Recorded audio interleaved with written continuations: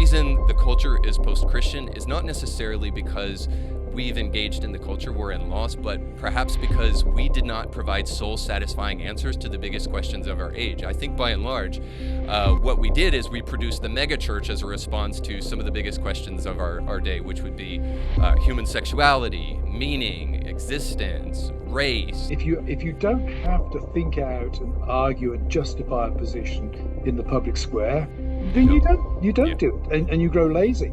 And I think particularly Protestantism grew very lazy in terms of thinking about these big questions. So I think you're right that Protestantism in particular has been caught terribly short by what's happened in our culture, the sudden flipping in our culture to a very antithetical kind of morality from a Christian perspective.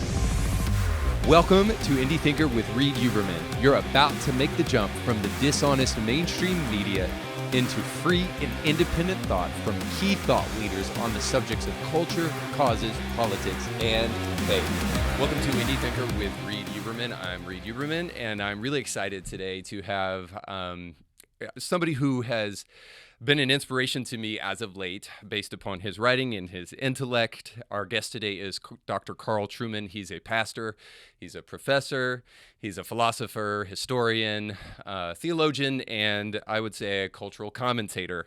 In his most recent book, or one of his most recent books, The Rise and Triumph of the Modern Self. In that book, he discusses the work of Charles Taylor and Philip Rieff and nuances the views of the likes of Marx, Rousseau, Nietzsche, and Freud, among others.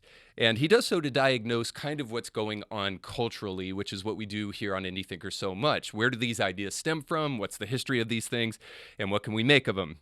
And he does that really, really great and goes into things like the trans movement and the sexual revolution and the like. The book has been quoted by a number of key thinkers, and he just recently made his way on the documentary that's kind of just exploded, What is a Woman, by the Daily Wire. So, Dr. Trueman, thank you so much for being on the show today. Thanks for having me on, Reed. It's great to be here. Yeah, absolutely a pleasure. Like I said, I wasn't just floating your boat there, but I've actually really enjoyed your book and the way in which books kind of sit with me, at least, and this may be totally dysfunctional, is that I know a book is good, at least from my perspective, when it takes me forever to read it. And that has nothing to do with the length. It's because I have to set it down so often and think about what was just written. And I found myself doing that a lot in your book.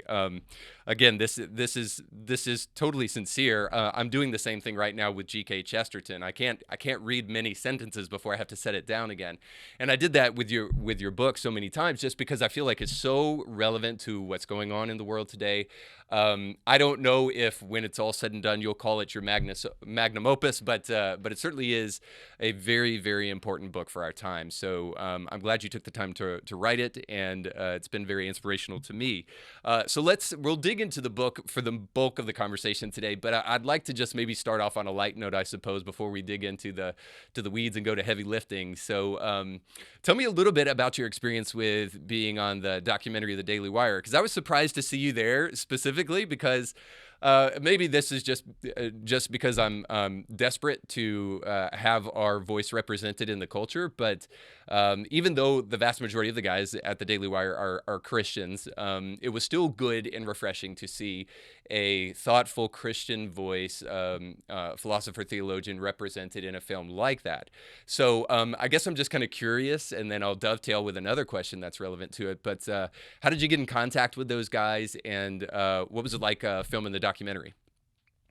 Well, the book came across the path of Ben Shapiro and Matt Walsh sometime in the first 6 to 8 months of it being published. And I was aware they'd tweeted about it. Ben had me on one of his podcasts, so they were aware of the book. And then I think it was last October time, I got an email from the director of what was to become the movie, What is a Woman, asking if I'd be willing to go down to their headquarters and be filmed, interviewed about the trans issue, really to try to set the whole thing in historical context. And I teach at Grove City College, so I probably teach at one of the few institutions, and I have one of the few jobs in the United States of America where being involved in that documentary might not actually completely destroy my career. Yeah, I was wondering about that. I took the yeah, I'll do that. That'll be fun. And I mean, I can't go into all the details; it would take too long. But it's the only day in my life when I had my own personal ex-Navy SEAL armed bodyguard for There we the go. day. Yeah, that's So what happens when you it was dig a into it that was a topic. great experience. Oh yeah, it was an interesting day's exposure to some of the scarier side of identity politics. For sure. Well, like I said, I'm glad you were there. And it kind of sews into maybe a very broad kind of conversation about the book. But you'll have to forgive me. I was listening this morning in preparation to prepare for our conversation today. I was listening to a conversation you had with Colin Hansen of the Gospel Coalition. And it was very interesting just to hear the conversation about the book and what you guys were discussing. But I was also, it piqued my interest to hear kind of the background that you guys kind of glossed over with your own personal relationship with him, but then also to kind of what you guys had to say about culture war. And I found that really striking because I think one of the things that I'm consistently trying to discover, unearth, investigate is what is the Christian response to what's going on Yeah. in the world. And I think it's fair to say that you and Colin expressed some trepidation, if not criticism, of culture war and the way in which Christians are kind of handling that. And in some ways, I totally get that. But then I also reflected upon what the Daily Wire is doing in light of that documentary and how much of an impact it's having and how widespread it's becoming, almost to even call it a movement. And I thought about the documentary, but then also to the response of the Daily Wire, who I think it's fair to say is inculcating the culture with conservative ethics and values. And I think about, well, what's the Christian response there? Isn't there some way in which we as Christians are supposed to do the same thing? And how do we respond to what's going on in culture right now? Now, I realize that so much of what's going on in culture sure seems at the foreground to be a critique of Christianity. And I think it was alluded to in that conversation with Colin that perhaps that the reason the West or America specifically is post-Christian is because maybe we've lost that battle. And I want to throw something your way and just kind of hear what you have to say about that. I think perhaps that the reason the culture is post-Christian is not necessarily because we've engaged in the culture war and lost, but perhaps because we did not provide soul-satisfying answers to the biggest questions of our age. I think by and large, what we did is we produced the megachurch as a response to some of the biggest questions of our day, which would be human sexuality, meaning, existence, race. You know, how do we have a biblical, redeemed perspective on these things? And I think by and large, I don't know that the church really gave soul-satisfying answers in my generation, which would be millennial, and then I think it's fair to say your generation too, which would be Gen X. I don't know that we really did a sufficient job of engaging in those cultural ideas, and I think, it's maybe anecdotally based upon experience, I view the rejection of Christianity in the culture largely because we didn't engage like we should have. Now, whether that looks like what we're doing today or not, I think is a big question that maybe for another podcast. But if we look at the culture war just simply as this, not otherizing or not treating the other as enemy, but rather a battle for ideas or fighting bad ideas with good ideas, and from a Christian perspective, fighting bad ideas with redeemed ideas.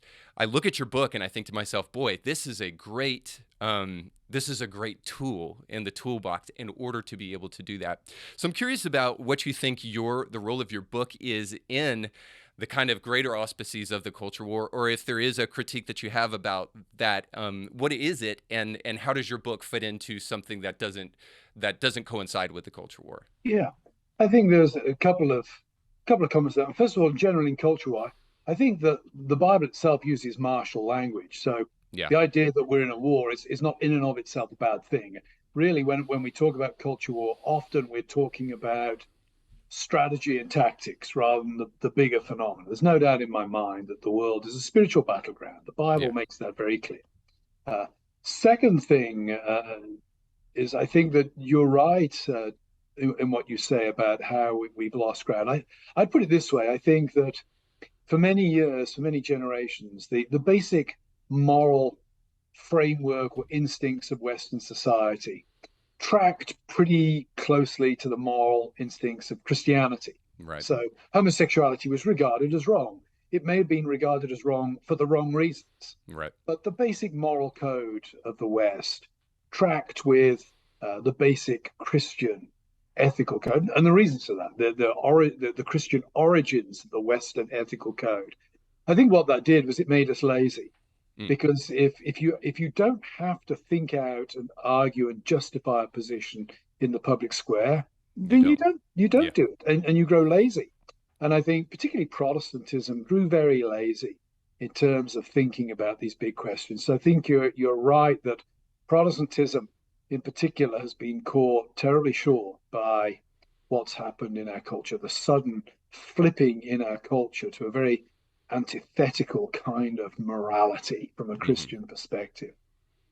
Where does my book fit into this? Well, in part, there are various ways I can think of it. One, it's an attempt to appropriate some of the best of Catholic thinking on this for our Hmm. current situation, because Catholics, with their natural law tradition Yeah. and their strong tradition of social teaching, agree or disagree with it, they've got it. They have a resource to draw on.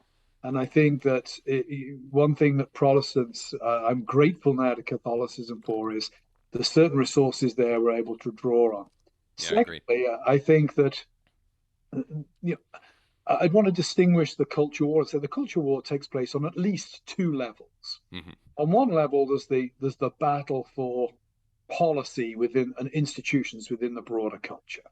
And that's fought through the ballot box. It's fought in DC. It's fought in all of the usual political ways. Uh, but there's also, I think, a battle for the minds that's taking place Yeah. at an individual and personal level in the classroom, for example, where I teach. And my approach there is I need to be persuasive. If I'm standing on a political platform, I need to make a good case for my political platform. I need to win votes. If I'm in the classroom, I'm not winning votes. Hmm. What I need to do is persuade students who are maybe sitting on the fence on key issues that the traditional Christian position is a reasonable one to hold, and it can be held by people who don't knee jerk hate their neighbors and who don't engage in caricaturing their opponents. So Right. what I try to do in the book is offer an approach to issues of sexuality, which are among some of the most hot button issues in our culture, where, at least from my perspective, I say if I've got a gay student in class, I'm not going to feel embarrassed about saying to them, read that chapter in my book. They're not going to feel that they were uh, Mm. talked about hatefully. They're not going to feel that they were despised. They're not going to feel that their viewpoint or their arguments were belittled or treated lightly. I want the book to be a model of engagement with the big ideas of the day in a way that avoids the kind of slanging match and soundbite engagement, that avoids the refusing to acknowledge the good faith of anybody who disagrees with me, Hmm. that so characterizes much of the public debate on both sides today. Sure. Yeah, no, I think that's great, and I think if you need two things to actually be able to change something. You need information because you cannot change that which you know nothing about, and then you need care. You need to be concerned with that thing. You need to actually have a heart for it and a concern for it, and actually care for it carefully. And I think you are right. I think too in the past if Christians might be criticized for something, is that when they did engage, they might have not have done so with the greatest of footing or with straw manning arguments and not fully understanding things. So that's why I'm so grateful for your book, because I truly do view it as not from a pejorative sense, and it's again such loaded language, but I view it as a great. I said tool before, but I'll go ahead and say I view it as a great weapon for the culture war in terms of being as informed as possible as you can with what is going on in the culture. And so with that being said, let's talk about the modern self. Now, you spent hours upon hours in a book discussing this, but and now I'm going to ask you to do the impossible thing of succinctly describing. But could you succinctly describe for us exactly what is the modern self, Yeah. or how we have come to um, understand human nature in the present? What's kind of like a definition for the way we Yeah. view the self? Well, the modern self, first of all, just the way we're using the self here, of course, is not the common sense way of, I know I'm me and you're you, that sort of basic self consciousness. What we mean by the self is how we understand ourselves as individuals in relation to the world around us, in relation to other people around us, how we would articulate the purpose of life, how we would understand happiness, all of these different things. And my argument in the book is that the modern self is characterized by what sociologists call expressive individualism. And to put expressive individualism to express it simply, expressive individualism is the notion that every individual has an inner core of feelings. Mm-hmm. And in order to be authentic, I need to be able to give outward expression. One might say, I need to be able to live outwardly consistent with my inner feelings. Now, it would take a long time to elaborate why this is the case, but that notion of the self carries with it other implications. It will tend to give me a view of myself as autonomous or unencumbered. Mm-hmm. In other words, that I don't have natural dependencies or responsibilities towards others. My primary responsibility is towards myself and my own authenticity. It will lead to a position where, if you'd asked my grandfather, what does oppression look like for my grandfather? It would have been, somebody restricting his body or somebody taking his money or his job from him. It would have been a very outward kind of thing.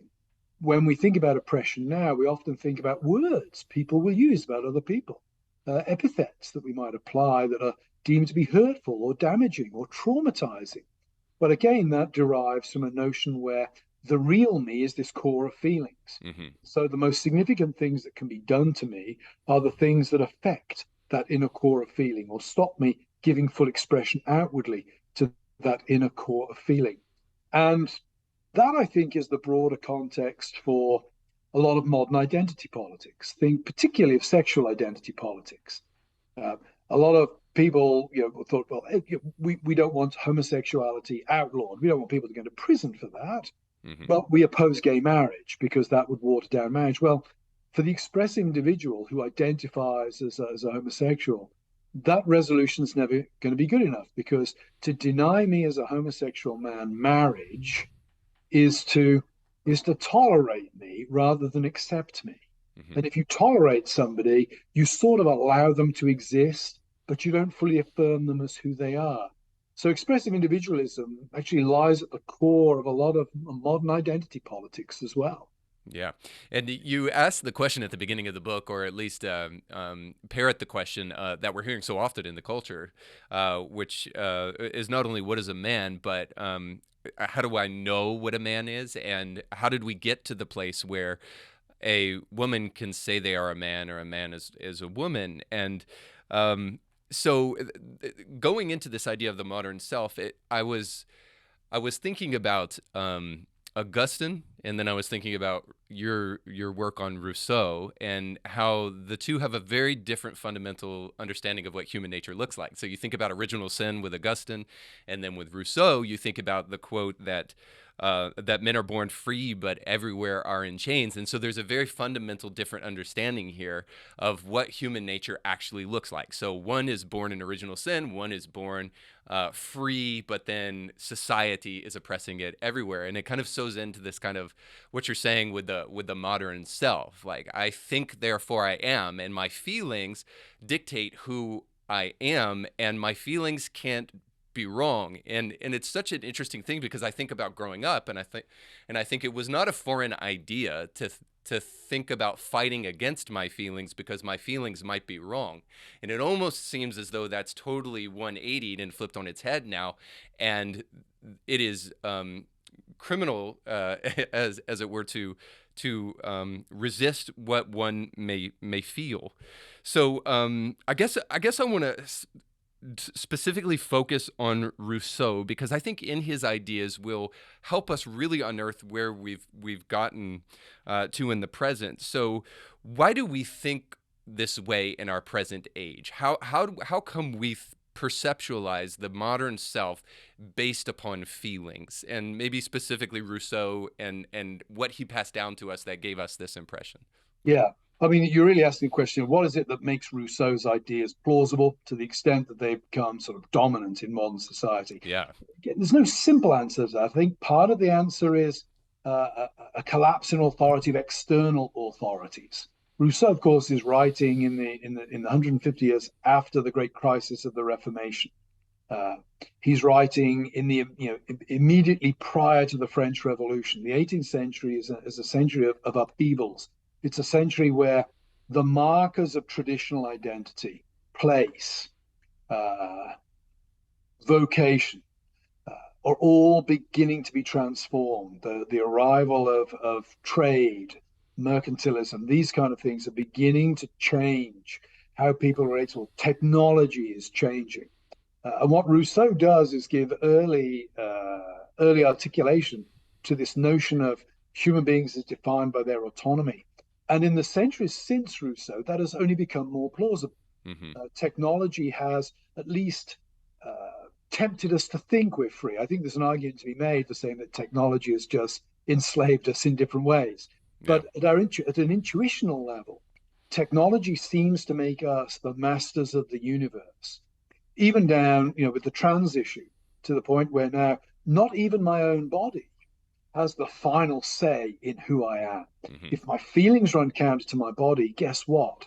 I can engage in medical treatments and medical procedures that will bring my body to heal, that will subordinate my body to my desires and my will. So there's an institutional and a technological history, I think, that makes Rousseau plausible. From a Christian perspective, I would also say that the Rousseau myth of autonomy is precisely what the fallen human being wants to hear. Yeah. We want to hear that we are free, that we are, if you like, gods in our own little domain. So we naturally, as fallen human beings, tilt towards Rousseau anyway. Yeah, that's interesting. Yeah, so there's almost this kind of tip of the hat toward our fallen nature or things that come natural to us. I want to ask this question almost tongue in cheek because I know we don't have much time, but um, did you? I found myself looking at some of the ideas that have inculcated the culture, specifically with the sexual revolution. And you and I had never even heard of Shulamith Firestone prior to your quoting her in the book. And I was just absolutely amazed at I guess, two things. The second wave feminist origins of the transgender movement, which I think are illustrated pretty well in your book, but then also to the ideology that sprung out of the second wave feminism and how stark it is from first wave feminism. Because you think about Shulamith Firestone, who's declaring that even if nature itself tells us we are something, we will take whatever technological means within our within our ability to resist that nature. So it's like this overt and an obvious statement of we don't care about the facts. We're going to do what we want anyway. But I guess the tongue-in-cheek question is this: is as a professor, do you at some place admire these people for being able to inculcate the culture in the manner in which they have? Yeah, I think Firestone is a remarkable woman. I mean, brilliant, prophetic. I mean, she's writing about what we would now call in vitro fertilization. She's Hmm. writing about that in 1970. That's that's Yeah. an amazing forecast. She's writing about what became cyborg feminism, but is now transhumanism. Hmm. This idea that we can effectively mesh human beings with machines and transcend what it means to be human. I think Nietzsche fits into this picture as well. Nietzsche is a brilliantly consistent and prophetic thinker. So yes, there is. You asked the question tongue in cheek, but to me there is. I won't say that they're admirable people, Hmm. but I am immensely impressed by their intellectual acumen and their ability to think through certain positions with such remarkable consistency. The Yeah. tragedy of Shulamith Firestone, I've got, is of course that when she died in Manhattan, I think, or in New York somewhere, within the last 10, 15 years. Uh, Her body was not discovered until the smell had spread into Mm. other apartments. She died old and alone. Yeah. And I, when I teach her at Grove, I make the point to students, when you have this radical philosophy of autonomy, guess what? You run the risk of dying completely autonomous. Yeah. You die and nobody misses you. There is nobody dependent upon you. Hmm. Nobody. who feels your loss, and that's deeply tragic. So, Firestone's own death, in some way, is a tragic epitaph to the brilliant consistency of her own thought. Yeah, that's well put. And I mean, as deeply saddening as that is, I think it's a clarion call to all of us to impact the culture in a positive way, and that we can do this if it's done with enough forethought, with enough intellect, with enough information, and with enough care that it's possible to really impact the culture. I think to myself about the thing that was popular when I was a kid, which is cutting, which is the closest, and maybe this is a crude analogy, but it's the closest thing I can think of to the modern trans movement, because there's a physical element to it, and there's kind of this inner feeling side to it. So people would cut themselves in the early '90s just so that they could feel alive. They would see the blood and they would feel the pain, and it was this kind of existential crisis of cutting. And I almost wonder if that's not similar to what's going on in the trans movement, which is an existential crisis of cutting as Yeah, well. yeah. And And I think the other analogy is to um, bulimia anorexia. mhm, That this there's a hatred or a a deep dis-ease with the body that I think marks these. And of course, I think as with cutting as well, an element of control, of trying to grab hold yeah, of control in some way. So it's interesting. What of course is tragic is that with cutting, with anorexia, with bulimia, the medical establishment and the yes, government knew these were bad things. And they worked very hard to protect kids and young people from these desires, these tendencies. What we're witnessing now is governments throwing the full weight of themselves and the medical establishment behind yeah. promoting this Yeah, very harmful this is stuff. exactly that's exactly what I was alluding to, is the fact that it would be unthinkable to believe that your politicians and big pharma and other organizational structures in America would get behind cutting, but that's No? exactly what they've done with the transgender movement. Yeah, And yeah. and all of this in the span of like 20 years, because when I was a kid in the 90s and even in the early 2000s, it would have been unthinkable that that a man would think he was a woman. Now, regardless of even what you think about this, uh, it's undeniably true that that would have been considered absurd. Yeah. And then within a short 15 years, 20 years maximum, my how things have changed. I was going to say, and one of the big human rights issues of the 90s was female genital mutilation. And the Yeah. West was pitted against it. Feminism was against that, and rightly so. Now, genital mutilation is being institutionalized in our own nation in the name of the health of kids, and it is as perverse and absurd as you can get. Yeah. So if we're not going to buy into the sexual revolution, second wave feminism, or Rousseau's idea of the individual being born um, good, and maybe even buy into Augustine's idea, but at least buy into the idea that expressive individualism is not a recipe for future success. How should we define ourselves then? Well, I certainly think at a philosophical level, what is it to be a human being? It's to be a rational, dependent creature. I like Alistair McIntyre's definition that we are not born free. We are always born in a network of dependencies. Sometimes we have others dependent upon us, at other times we are dependent upon them. Certainly, when we're born, we are very dependent upon our parents or whoever our Hmm. guardians are. So I think the first thing we need to assert at a philosophical level is that human beings are dependent. And that comes with responsibilities. We are not unencumbered selves, we are encumbered selves. Secondly, I think we need to live in a manner that reflects that. We need in our daily lives, in our communities, to indicate to those around us that we are not autonomous. We have responsibilities to others. We are those who show hospitality. And one of the reasons why my wife and I open our house to hospitality for kids in my classes is I know that the classroom is important, but I know that what goes on in the classroom is reinforced when it's coupled with hospitality in our home. So I would say we need to understand human beings as rational, dependent creatures, and we need to build our community lives around that particular conviction. And then maybe just this final thing in closing.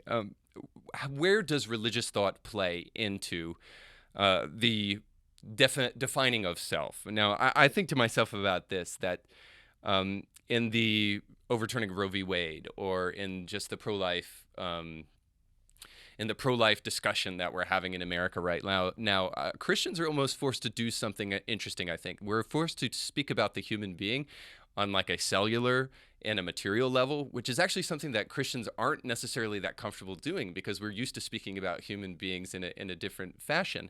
But it does bring up this question to me of the soul body dichotomy and how important it is for the Christian to have a voice in the definition of self and what that looks like. So what would you say is an appropriate Christian definition of the self that needs to be entered into the conversation that's going on in the culture right now? I think the Christian needs to emphasize the embodiment of the self. And I think our own doctrine allows us to do that. Christ is the Son of God incarnate, manifest in the flesh.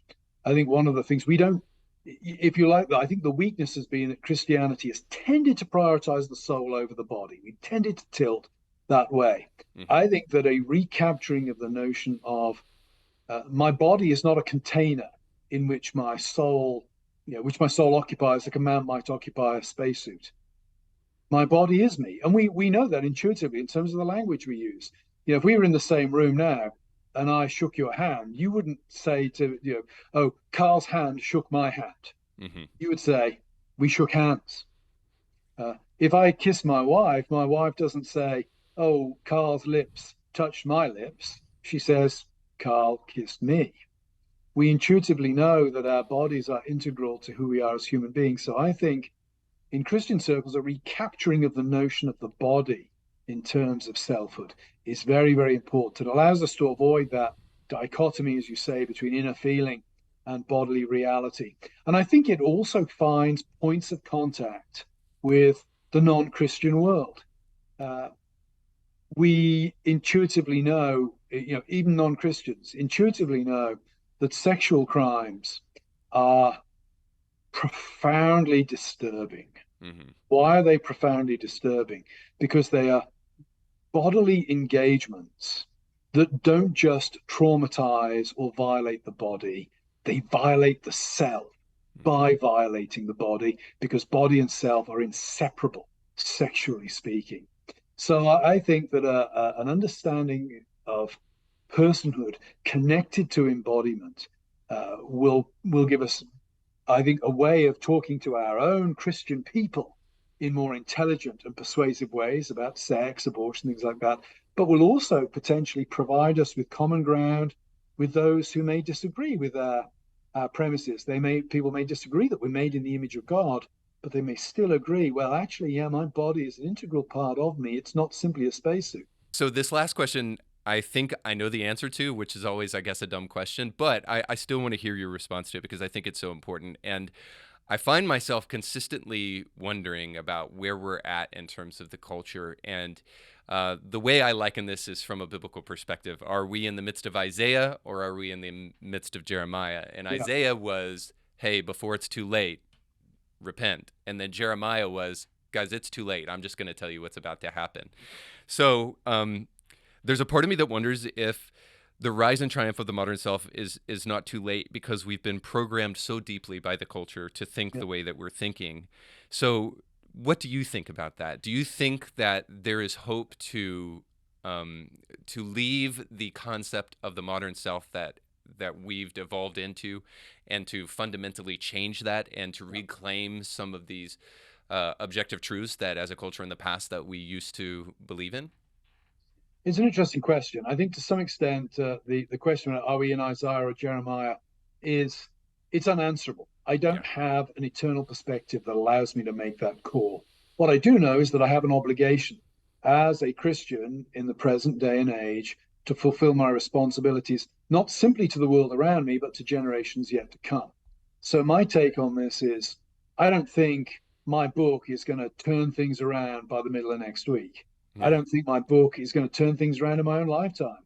I do think, though, my book might be part of some bigger accumulation of literature, arguments, whatever, that may keep the light alive for another 2 or 3 generations when somebody can come along and in very different circumstances build positively and constructively on what we're doing. So I would say, let's not get wrapped up in, is this the end or is it just the beginning of the end or whatever?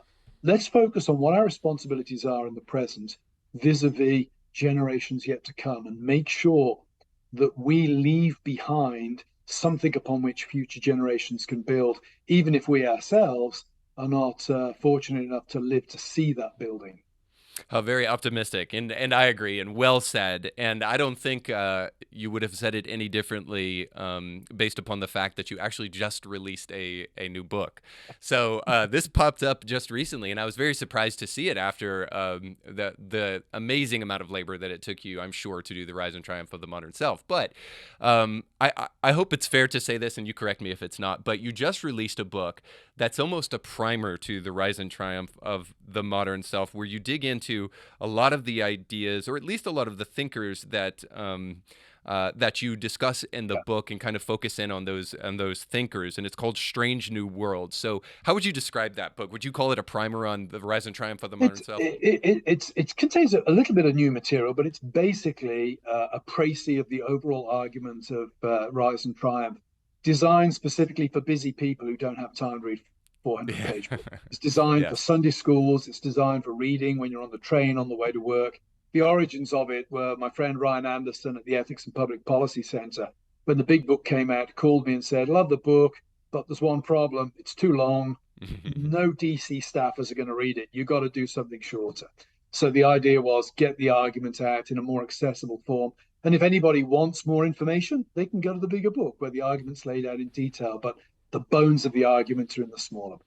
Yeah, I find that there's so much benefit in actually going through history and thinking about these thinkers. Now, obviously, you can scare yourself into thinking that Marx is everywhere if you do that, hiding under every bush. But I also find that, boy, there's so, I guess, just that saying that if you don't learn from the past, you're destined to repeat it, never ceases to be true. And I think your book does a fantastic job of that, because we look at what's going on in our world right now and we come away disoriented and we're like, where does this stuff come from?